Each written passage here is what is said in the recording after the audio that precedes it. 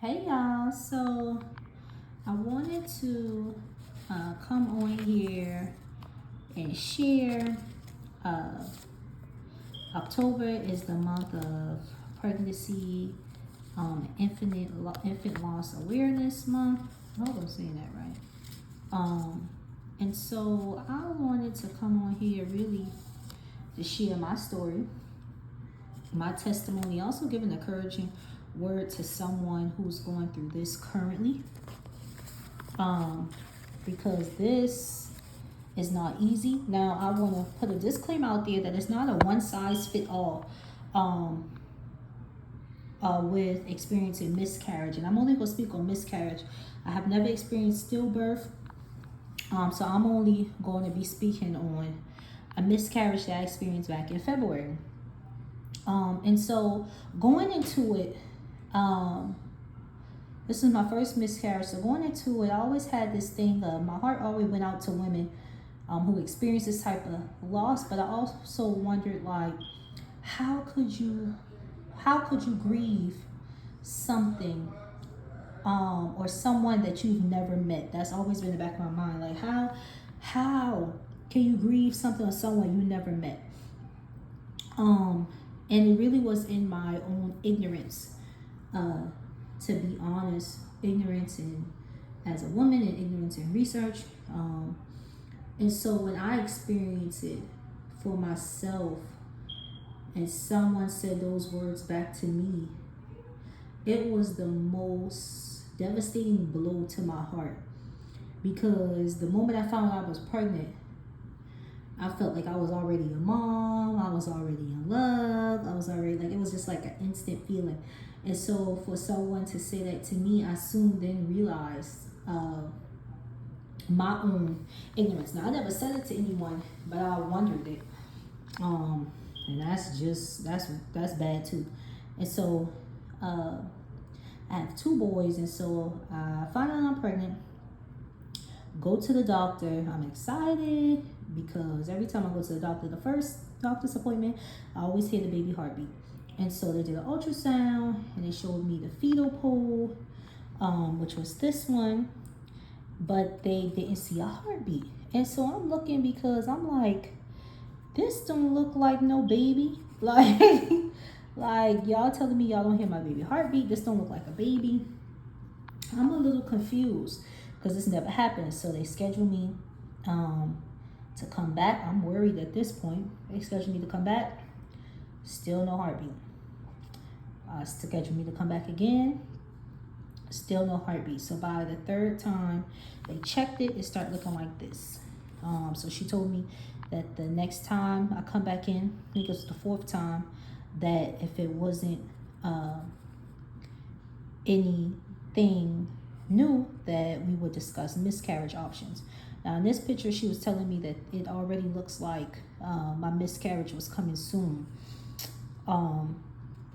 In this picture, I was supposed to be, I think this is 10 weeks. I'm trying to look on it. This is supposed to be 8 weeks. This supposed to be 8 weeks. And this was at 9 weeks.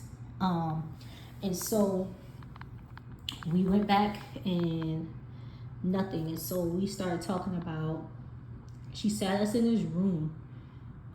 And I'll never forget this room. This room had star-studded chairs with the little silver little buttons in. I call them rhinestones, but it wasn't. She put us in the office and she said, the doctor talked to y'all. And me and my husband sat there, and she pretty much told me that I was experiencing a miscarriage. Now, keep in mind, I have never heard of a miscarriage. My thoughts was, if I have a miscarriage, I would be bleeding, things like that. I experienced none of that. And so I had to educate myself on what a miscarriage was. And so she pretty much told me that I had a choice whether to get surgery removed or let it pass or get medicine I could take at home. And it seemed like sitting in that chair, everything went dark. Everything went blank because I felt like you're asking me how to kill my baby. Like, that was the thoughts that was in my head. Like, you're asking me how to get rid of my baby. Now, granted, there is no baby at this point, because it now looks like this, and I'm about to have a miscarriage just it's coming soon, and so there is no fetal heart rate. But in my mind, her thought was, now I have to decide how to get rid of my baby. And although I had all these ultrasounds, and although I had all this looking at me, there was still a part of me that was hopeful, and I wanted to hold on to just in case things change. And I was believing and hoping that God would change it. And my faith wasn't that high, but I still have faith. And I'm like, Lord, what if I do this and then the baby come back? Like, it was all these scenarios that I had in my head, and I had to fully accept that this had to happen. There was no, heartbeat. I would not be having a baby this time. And so I remember coming home. I told her that I would take the medicine. And I remember coming home bawling my eyes out. Like, Lord, why you allow this to happen to me? You promised me a little girl, all this stuff. It was really like I was really devastated because I was so excited for this baby. It wasn't something that we planned, but it was something that we did not plan. And so knowing that you're pregnant, for me, it instantly snapped into, I'm a mom again. And this is my baby. And it was one of the most hardest things that I had to experience to date. I just cried. I remember going to take to the pharmacy and going to pick up the medicine. I told Mom, I don't think I want to take this medicine because what if something, turn around and my baby would be okay? And she literally had to set reality in place and say, okay, Simone, you can't leave this baby on the inside of you. You can get sick, things like that. And so it was hard, y'all. It was hard because I felt a great loss, as if I already have formed a connection during this pregnancy. And now for me to be able to make the decision of how I was going to end the pregnancy, it was tough. It was really hard. Now, this is something that women don't talk a lot about, and so I didn't know, people around me didn't have miscarriages, and I went online looking up, how to deal with having miscarriage and stuff like that, because this is not a topic that women openly discuss often. I feel like we should share more about stories, because 1 in every 4th woman will experience this miscarriage or stillbirth, and there's women like me that's looking for resources and articles and things like that, and I had a hard time finding it. I did find it, and I felt like those were beneficial because I felt like some of the things that the women were saying was what I was experiencing. And so I didn't feel alone in the process. I felt like most people around me who didn't experience miscarriage couldn't relate to the pain that I was feeling on the inside of me. And so, which is why I want to do this video in case a woman is experiencing this or will experience this in the future, that you are not alone. Because we all have been there. Some people have different symptoms, or they stay in the bed and they could just weep. I remember I didn't have the symptom of blaming myself because I know it wasn't my fault.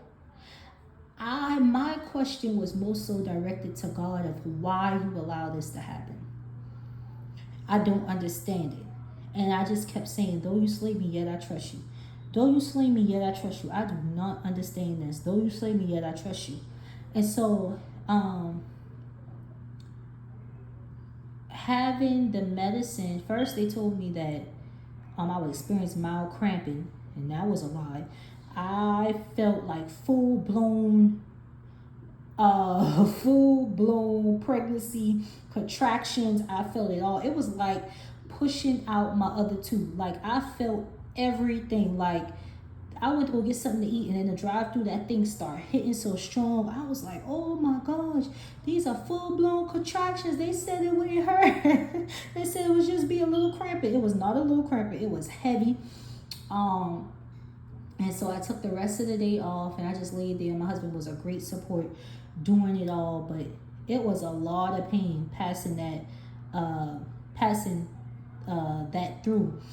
And so I think I bled for a couple of days. I don't remember how many days. And I just took it easy.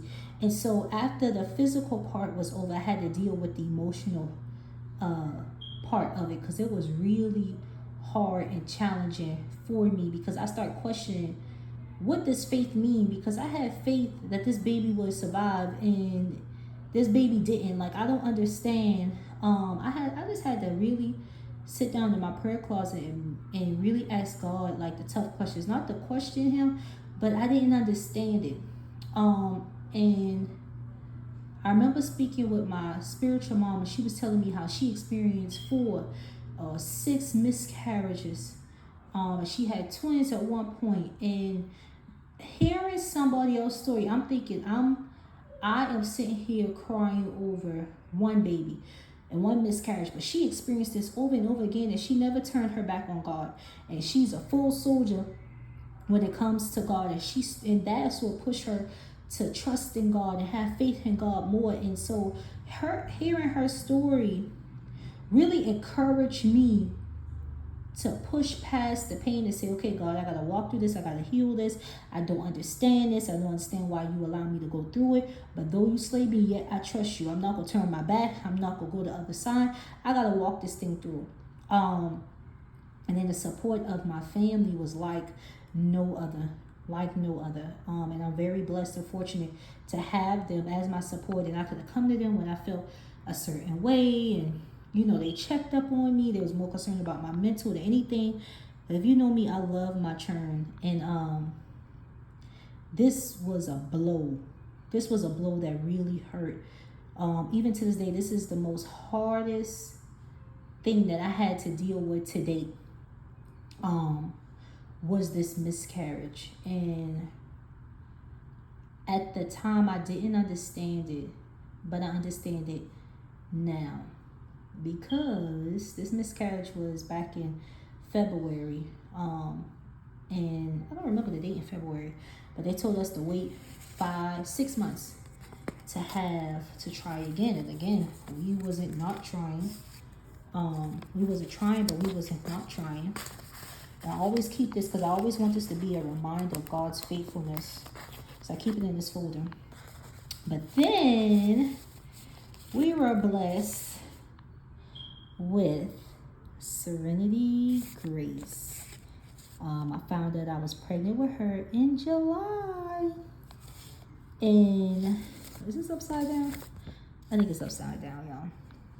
She is long, we got a big head. In this picture, I didn't know what the sex of the baby was, but our gender reveal, found out it was a little girl. And this is her covering her hand when we try to move her. So she's very full of emotion or attitude already, like, leave me alone. And I found I was pregnant in July. And of course, naturally, after you have a miscarriage, you keep it quiet. Because I wanted to wait till my first appointment, because what if my first appointment, I don't hear another heartbeat? Like, that was my fear. What if my first appointment, I don't hear another heartbeat? I didn't even tell my husband. I just wanted to wait till the first appointment. And I thank God that the first appointment we saw a heartbeat and everything was good. And everything is still good, and she's healthy and she's strong. We actually have another appointment to see her, another ultrasound this week for her. But I was very terrified. I was terrified for the longest. I really had to submit my fears to God, because I'm like, I don't want to go through what I went through before. Like, I don't think that I can survive.